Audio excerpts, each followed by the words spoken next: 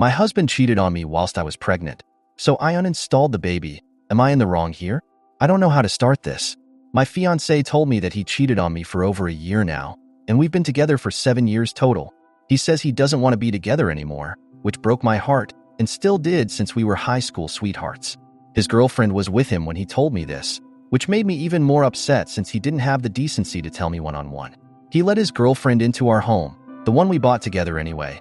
I wanted to tell him that I was pregnant on his birthday, since his birthday is really close. He always wanted a family, a big family with at least 5 kids. I didn't want kids that much, but I didn't mind them either. The moment he told me we were over, I knew I didn't want that baby. I didn't want to co-parent or be a single mom, any of that. I have a good paying job, and that might make me selfish for not wanting the baby, but I don't care. I told him I was pregnant when he told me it was over, and he looked a little upset, like he regretted it or something. He told me it was fine with split custody, and I didn't say anything. A few days later, I got an uninstallation of the baby. I thought it was necessary to tell him and not lead him on, since I didn't want to see or talk to him ever again. He called me when I sent the text, saying, "Why the fudge would you do that?" and so on. He said I knew damn well he wanted kids, and I should have told him before even thinking about it. I feel selfish for doing what I did, but I feel like giving birth and overall having that kid would make me unhappy. I barely like kids, and the thought of having one with the man who broke my heart is not helping. I know this might be a stupid thing to post, but I feel like a jerk. He's the only one to know about the uninstallation, but not the pregnancy. Edit. Hi everyone, it's around 6 hours later, and feel free to comment and respond to my comments and other replies. But I won't be updating or replying for a while. I just need to tell someone who is someone I know. But thank you to each and every one of you sweethearts giving me advice and more. I know that responding to the anti-uninstallation and "you're a killer" comments are not helpful to me right now. I will be back, and I will respond, and I will give you guys who are interested an update soon enough. I just need to take a break and not reply to the people trying to make me feel shame, remorse, guilt, and all the above for my uninstallation.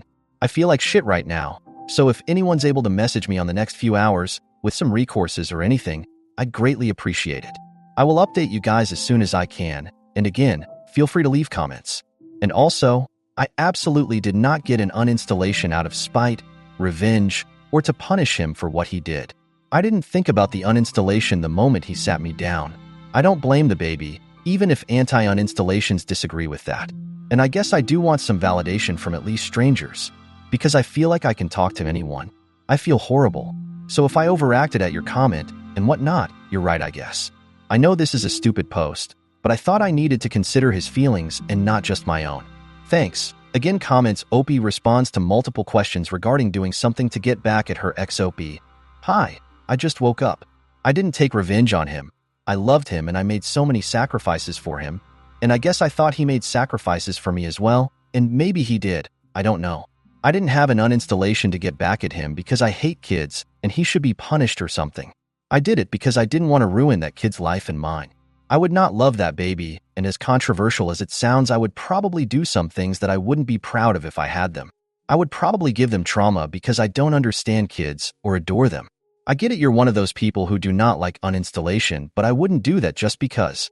You have to understand that I was so in for that relationship, and he threw it away.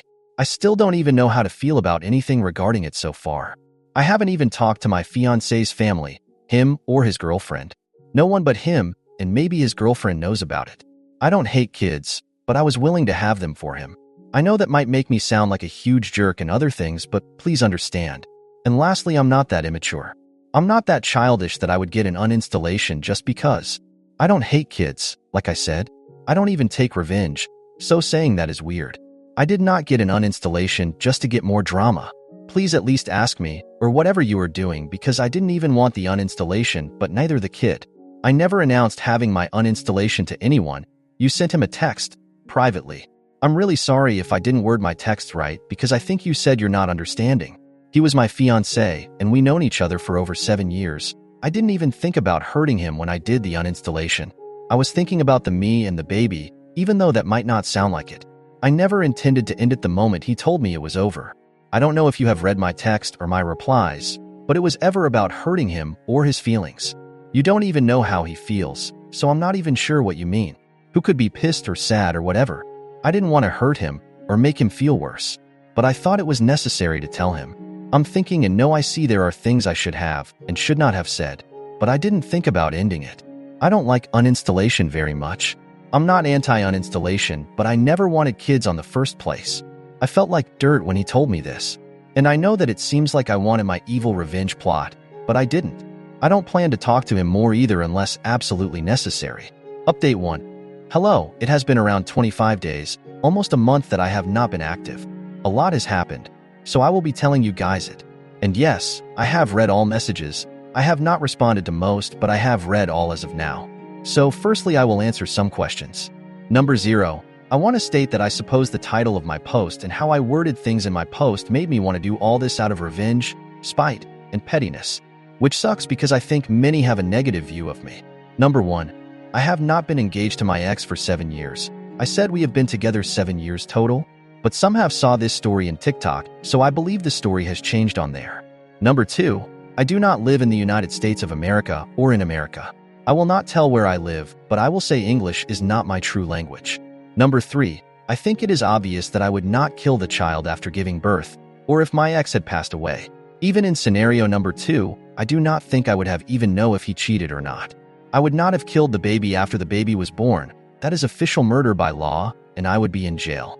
I would also not like to kill someone right in front of my eyes. So no. Number 4. I want to apologize to the people I was arguing with. It was very embarrassing on my part. Number 5. I said this in the comments, but I do not think everyone saw it. I do not want to go through childbirth. I know it is a blessing to many to experience or witness it, but that is something I wish not to go through. And I have heard the adoption or foster care process is a horrible experience for the child, and there may be a small chance to get into a family that cares for a child. Number 7. Another thing I did not say in question 5 is that my grandmother passed in childbirth and my aunt passed in childbirth. Also, my mother was very close to passing, but I am sure she has a C-section? I'm not fully sure. And my mom was paralyzed in her legs after, something of the sort. Number 8. Yes, I have good financial support. I have a very well-paying job. My fiancé was unemployed for a while. I, of course, did not mind. Number 9. My ex said I could either keep the house to myself or sell it and split the money.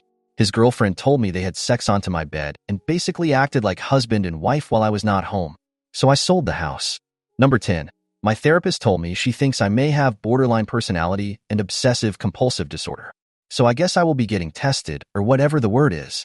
So now all the questions you may have are finished. I will explain what happened after. I told my mother and father, then my siblings. They told me they were disgusted by what I did and I humiliated them, so they disowned me. My 2 eldest, both sisters, out of my 5 siblings only decided to stay in contact with me. The rest of my family with no or low contact with me. I have an apartment now, and I'm not dating since my therapist told me it'd be better off to not date if I feel I can't commit right or what she had said.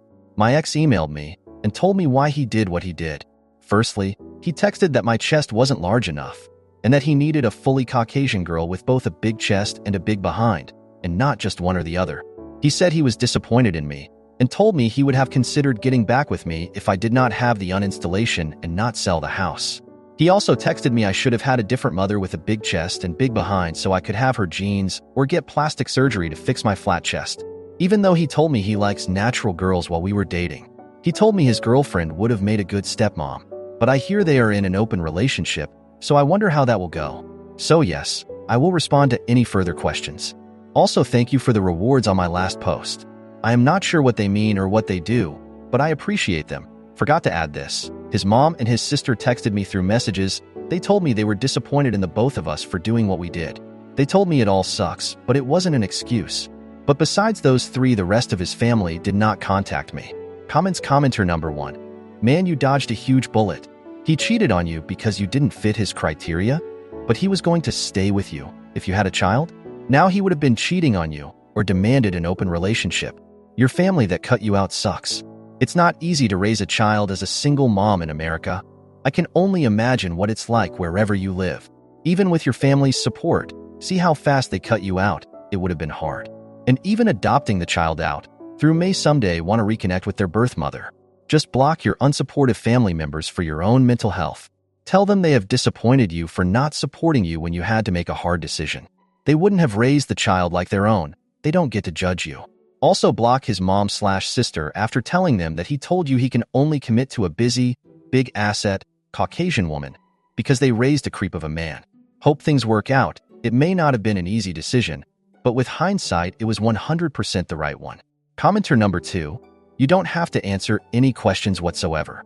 Your ex is a manipulative prick. Probably wants several kids with several women without actually providing for them, leaving you in the lurch. Admitting that you had an uninstallation was brave and somewhat silly. You know that people will judge you harshly for that. It's like giving bullies who hate you a loaded gun then asking them not to shoot you. Of course they will. They're assholes. Your life is your own, and some things are better kept private and not up for public debate. I think you went on instinct on avoiding having your ex in your life for the next 20 years. There's nothing worse than 2 decades of having narcissistic drama in your life. And you'll always be expected to take the high road, i.e., to just put up with his toxic crap and him always trying to lord it over you. You dodged a major bullet there. Take some time for yourself. Forgive yourself. Educate yourself on toxic people and how to look out for red flags. You deserve to be happy. Update 2. Hey everyone, I know it's been a while since I last posted. I took a break from everything to focus on my mental health and to figure out my next steps.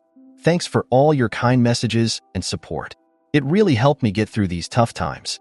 So, a lot has happened since my last update, and I thought I'd share it with you. First, I got tested for borderline personality disorder and obsessive-compulsive disorder as my therapist suggested. The results confirmed the diagnosis, and while it was overwhelming, it also made sense of a lot of things I've felt and done over the years. Understanding my mental health better has been a huge step forward for me. I've started therapy specifically geared towards these issues, and I'm learning how to cope better. On the family front, things are still pretty tense. My parents and 3 of my siblings haven't spoken to me since they found out about the uninstallation. It hurts, but I'm focusing on the 2 siblings who have supported me. My sisters have been incredible. They've been there for me in ways I can't even describe, and I'm so grateful for them. We've gotten closer than ever, and it feels like we're building a new kind of family, one based on understanding and support. Now, about my ex. I blocked him on all social media and changed my phone number. I couldn't handle his toxic messages anymore. The things he said in his emails were beyond hurtful, and I realized I needed to completely cut him out to heal. It's been tough, but it's getting easier with time. His family, particularly his mom and sister, reached out a couple more times. They were trying to play peacemakers, but I had to tell them firmly that I needed space. I didn't want to be in contact with anyone who would bring up the past and make me feel worse about my decisions. It was hard, but I feel more at peace now. I sold the house, as I mentioned before. It was a bittersweet moment, but I used the money to buy a small apartment. It's not as big as the house, but it's cozy and it's mine. Moving in was a bit emotional, but setting up my own space, the way I wanted, has been very therapeutic. It's like a fresh start. One of the biggest changes is that I've taken up painting. It's something I always wanted to try but never did because my ex thought it was a waste of time. Turns out, I love it. I'm not the best at it, but it's incredibly calming and gives me something to focus on besides all the negativity. I even joined a local art class, and I've met some wonderful people there. As for dating, I'm definitely taking a break. My therapist agrees it's the best thing for now. I need to work on myself and figure out what I really want before jumping into another relationship. It's been liberating to focus on my own needs and wants for once.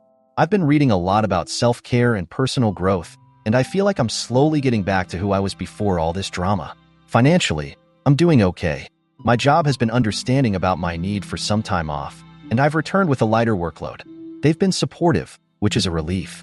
It's nice to have a stable job to come back to, and I'm slowly building my confidence again. I've also started volunteering at a local shelter.